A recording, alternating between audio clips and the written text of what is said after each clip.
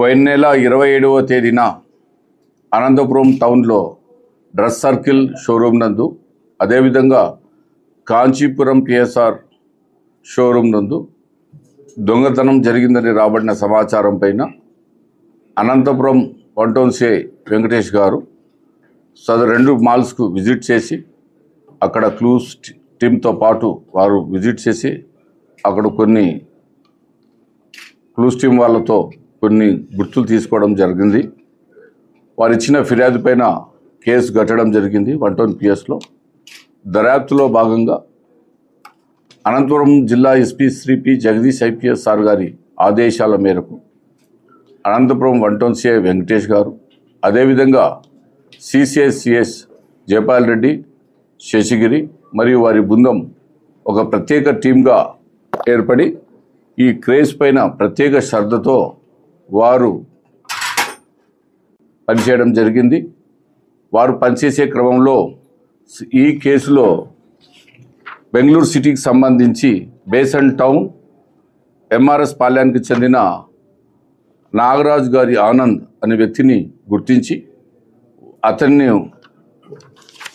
Arrest చేయడం జరిగింది.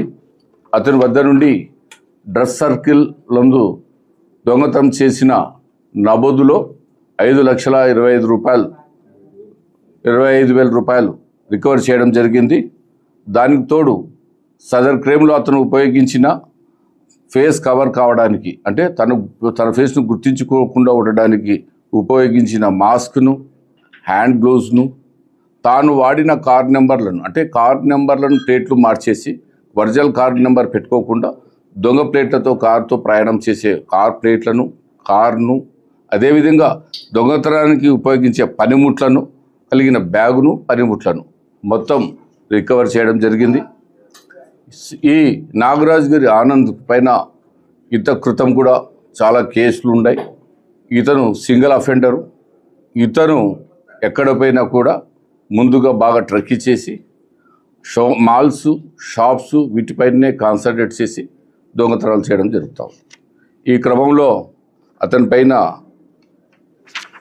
Arrest చేసి కోర్టుకు పంపడం జరుగుతుంది. ఈ కేసులో ముఖ్యంగా పనిచేసిన సిసిఎస్ సిబ్బంది అయిన జయపాల్ రెడ్డి, శేషగిరి వారి సిబ్బంది, అదేవిధంగా దర్యాప్తు అధికారి అయిన వెంకటేష్ గారిని ఎస్పీ గారు అభినందించడం జరిగింది.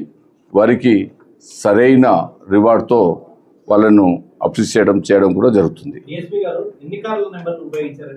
ప్రస్తుతానికి మా దగ్గర అతనితో రికవర్ అయిన లభ్యమైన దాటికి ప్రస్తుతానికి 3 నెంబర్ ప్లేట్స్ కూడా రికవర్ చేయడం జరిగింది. Single offender.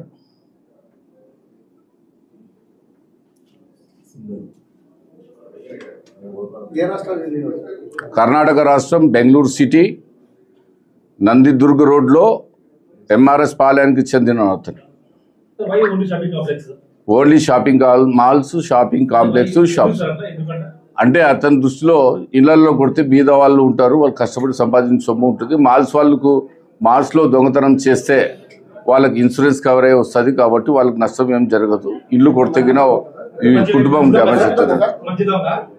మంచి దొంగనే కదా, దొంగలో మంచి చెడు ఏముండదు.